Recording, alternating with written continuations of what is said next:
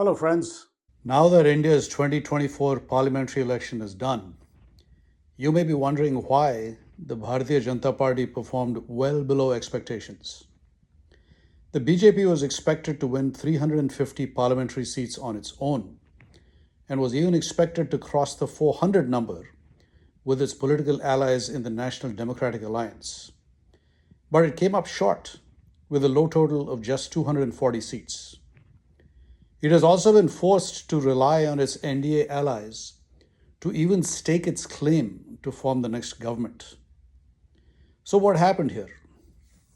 Poor planning, lack of preparation, overconfidence, and a failure to adapt to rapidly changing conditions on the ground all played a role in this debacle. Let me break it down for you.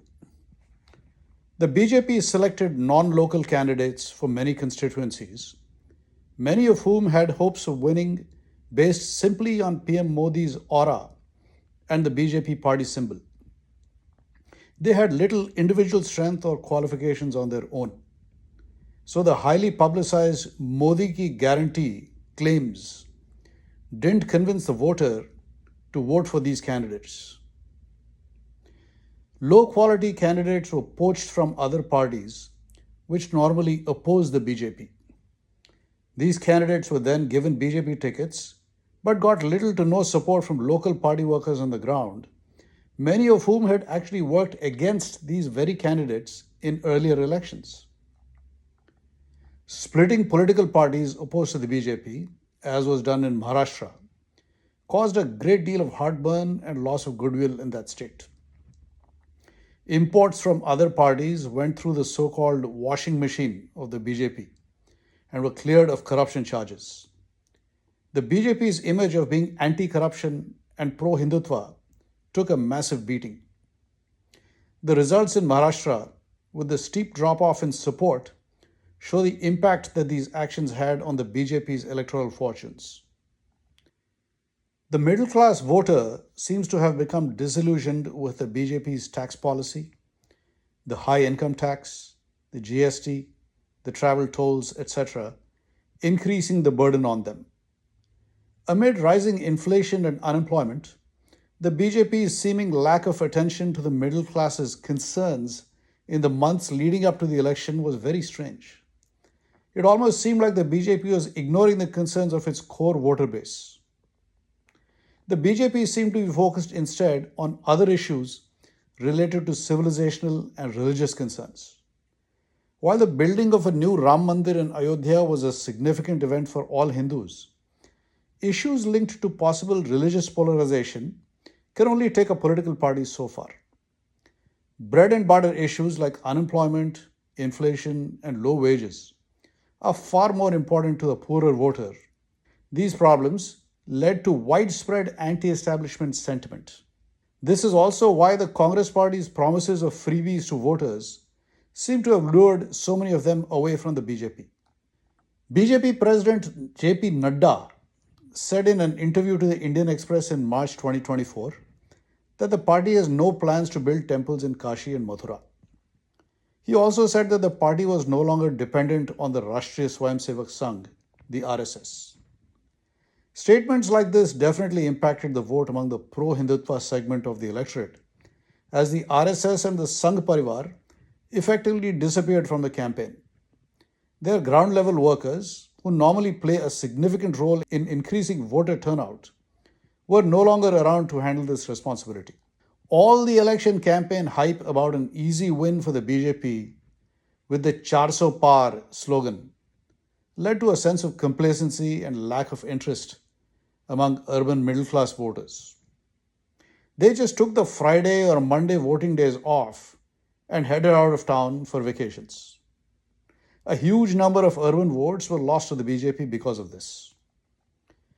Once the election campaign started in earnest and polling got underway, the BJP slipped up by not effectively countering the Congress party's false propaganda on constitutional amendments to do away with reservations for sections of the Indian population.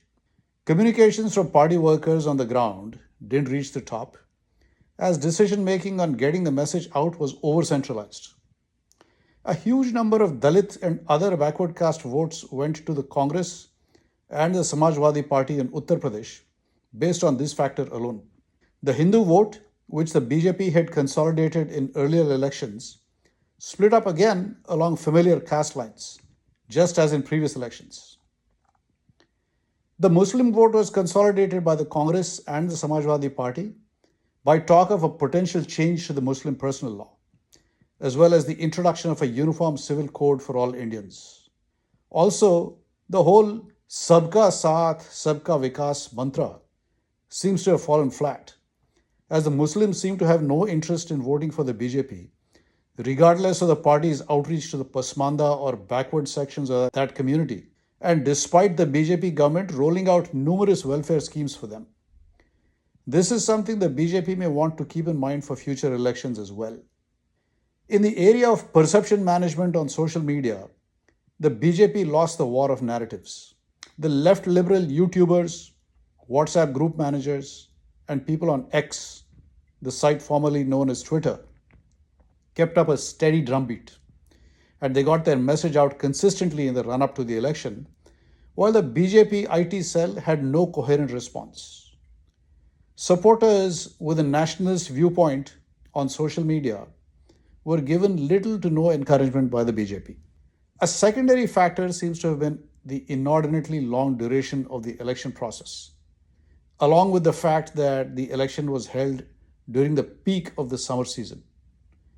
Both of these problems seem to have led to voter fatigue and diminished enthusiasm.